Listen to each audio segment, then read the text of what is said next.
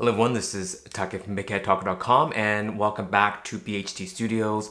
I'm here to do a test that it seems like a lot of people are asking about, the autofocus tracking. And the last video that I shot, I did shoot at f5.6 because that's typically the depth of field that I want when I'm like holding a camera in my hand. I don't want such a shallow depth of field that if the camera does decide to focus, the video camera decides to focus on this, even if it's just 6 inches from my face, that the depth of field is so shallow that it just picks up on one or the other.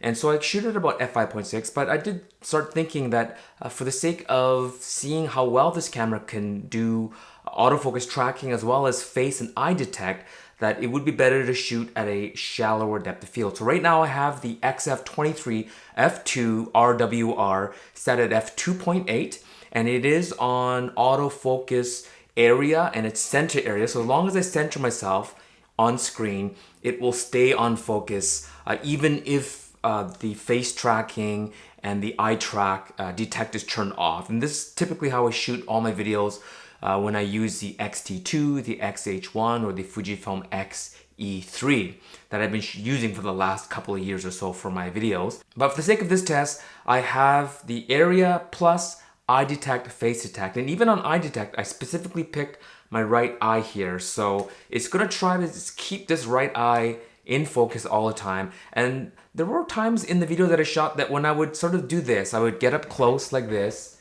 right? And then see how fast it could stay on track. And then I would back off here, and maybe I'll even go further back here.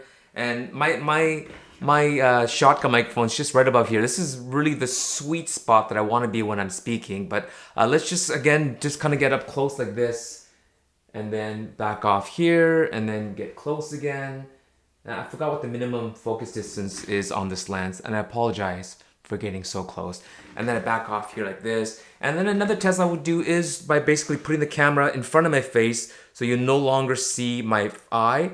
And let's just drop this and see if the camera decides to focus on what's directly in front of it, or if it's gonna focus on my eye. Let's see what priority it takes, because this camera is in the sweet spot for the area. And then I'll drop the camera in case it wasn't focused on me and see how fast it can focus on me. And again, back onto the camera. I could see it looking for my face, and I have a mirror behind the camera, so I can sort of see what it's trying to do. And now I think it's focused on the camera, and then back down, and then see how fast it focuses on my face. Now this test is using a camera that's on a stationary, like on a tripod, stationary.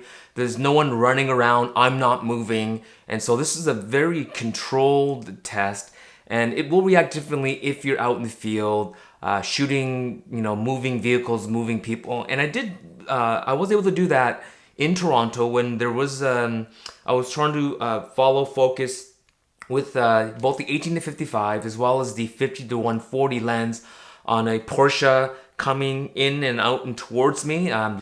Lee from Z Pro Media was in the Porsche at the time. Say, Lee, how's it going? And so I will embed some of those pictures just for those that want to look at it. And I was shooting at mechanical shutter at 11 frames per second. I know some will go to 20 to 30 and go to electronic for that, because I'm not really gonna test that too much. In general, I don't like using electronic shutter because I don't need to shoot 20-30 frames per second. And so I leave it on mechanical, and that way I know that there is no rolling shutter, both in stills as well as in video. So that's it. That's just my test. Even at this point, I don't know how well the autofocus has done. So again, I'll do this one more time. Put the camera in front of me, covering my face completely, see how fast it focuses in, and then drop it, see how fast it finds my face and my right eye. And then again, come close and see how fast the autofocus is, and then back off completely and see how fast it can autofocus. And then come right here to my sweet spot for the video.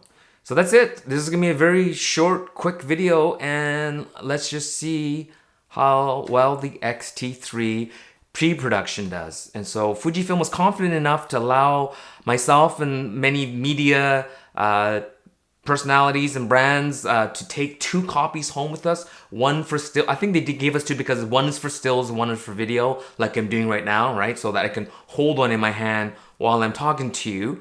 And so they're pretty confident that this is very close to production ready. So let's just see how it does. And that's it. Thanks for watching. Don't forget to like, subscribe, and we'll see you in the next one.